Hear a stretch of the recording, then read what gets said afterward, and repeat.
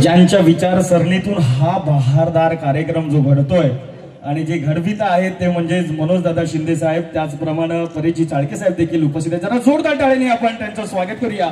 आणि मी मनोजदादा शिंदे साहेब यांना विनंती करतो की आपण आपल्या या सर्व लाडक्या बहिणींना आपण संबोधित करावं आणि त्याचबरोबर त्यांना या जागतिक महिला दिनाच्या आपल्या वतीनं आपण शुभेच्छा द्याव्यात.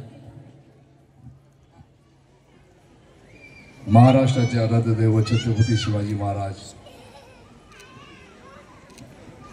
हिंदू हृदय सम्राट बाळासाहेब ठाकरे,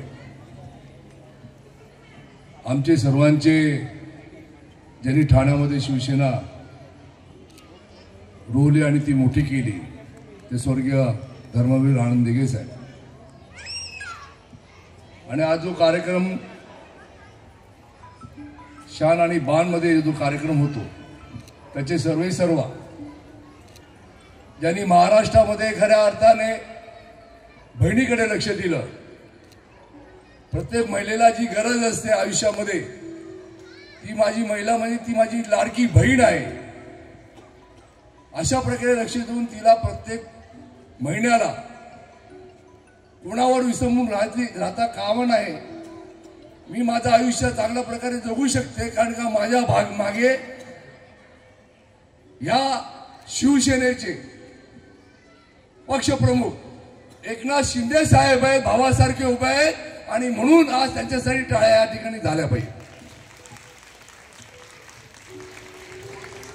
त्याचप्रमाणे आज या ठिकाणी सर्वांची नावं घेणार नाही, प्रमुख पाहुण्यामध्ये जी आहेत ती माझी ताई या ठिकाणी आलेली आहे आणि तिने आज सांगितलं की माझं नातं आमचं लहानपणापासून आम्ही चाळीपासून पाहिलं. आम्हाला वेगळं सांगायची गरज नाही. आज रवी पाठक, मनोज शिंदे चाळीत आलेली मंडळी या ठिकाणी मला वाटतं बहुतेक परेश बिरे सर्व ही मंडळी चाळीत आलेली. चाळीत आल्याचा अर्थ काय म्हणजे त्यांना आम्हाला सर्वांना या गोष्टीची जाण आहे की गरिबी काय असते.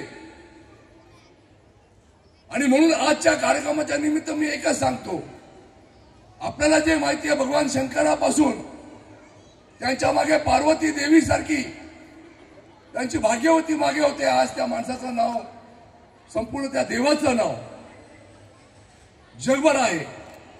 ज्या पुरुषाच्या मागे त्याची पत्नी खंबीरपणे उभी आहे तो पुढे सर्वश्रेष्ठ आहे या जगामध्ये आणि तो त्याला सर्वात मान्यता आहे, त्याला या जगामध्ये इज्जत आहे.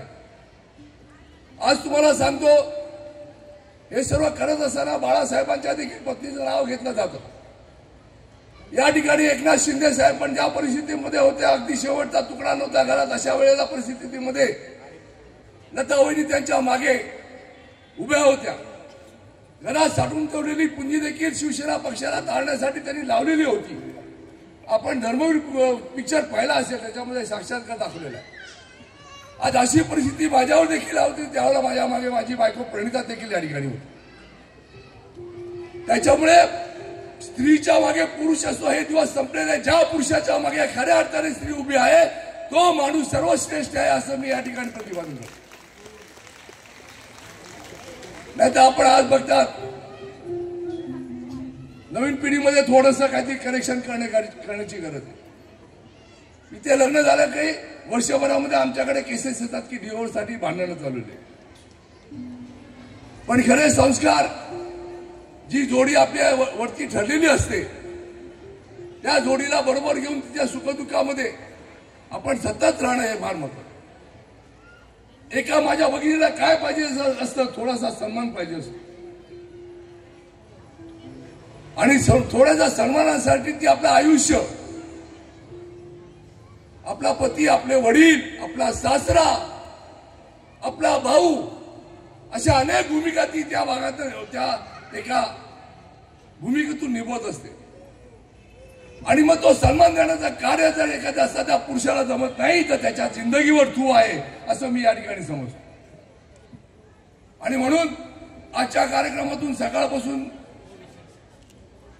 आमचे एकनाथ शिंदे साहेब बऱ्याच कार्यक्रमाला आहेत, त्यांचा मी आत्ताच व्हिडिओ पाहिला. त्यांनी सर्व महाराष्ट्राच्या तमाम भगिनींना शुभेच्छा दिलेल्या आहेत जागतिक दिनानिमित्त. त्याचबरोबर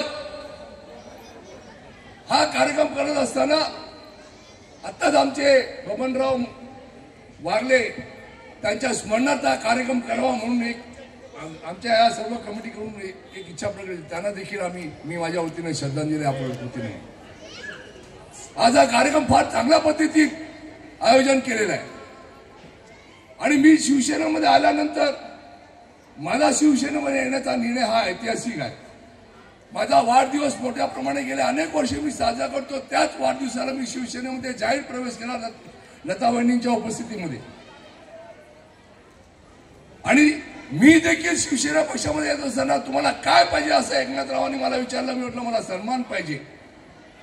या सन्मानासाठी जगतो तो सन्मान पाहिजे आणि तो सन्मान मला आजही या ठिकाणी मिळतो. हा कार्यक्रम करावा म्हणून सर्व आमच्या नगरसेविका, माजी नगरसेविका, विभाग प्रमुख या सर्वांना एकत्रित बसून म्हटलं हा कार्यक्रम तुमचा आहे, हा तुम्हाला करायचा आहे. या संपूर्ण ठाण्याचं संपूर्ण ठाण्याचं भविष्य, या ठाण्याच्या गरीबागरीतल्या माणसाला बहिणीच्या समोर तिच्या दुःखात जाण्याचं काम तुम्हाला सर्व करायचं आहे. आणि म्हणून हा आज कार्यक्रमाची ही सुरुवात आहे. मला अत्यंत आनंद वाटला की ज्या प्रकारे कार्यक्रम आयोजित केला आहे आणि ज्या प्रकारे तुम्ही या ठिकाणी उपस्थिती दर्शवली आहे, मी तुमचे धन्यवाद करतो. कारण कार्यक्रम एवढा चांगला आहे. समीर एवढ्या चांगल्या पद्धतीमध्ये कार्यक्रम आयोजित केला आहे तू, की मला देखील असं एवढं वाटलं नव्हतं की तू एवढ्या आमच्या भगिनींना एका ठिकाणी व्यवस्थित करून खेळत ठेवशील आणि त्यात तू एक्सपर्ट आहे. तर त्याच्यामुळे मी जास्त न बोलता बऱ्याच पैठण्या अजून आहेत, बऱ्याच पैजणं या आहेत, बऱ्याच कर्तृत्ववान माझ्या आमच्या भगिनीचे सन्मान या ठिकाणी सत्कार होणार आहेत. आणि या सर्व गोष्टी पाहता मी इथेच थांबतो. आपल्याला जागतिक दिनाच्या शुभेच्छा महिला दिनाच्या शुभेच्छा देतो. जय हिंद, जय महाराष्ट्र. धन्यवाद.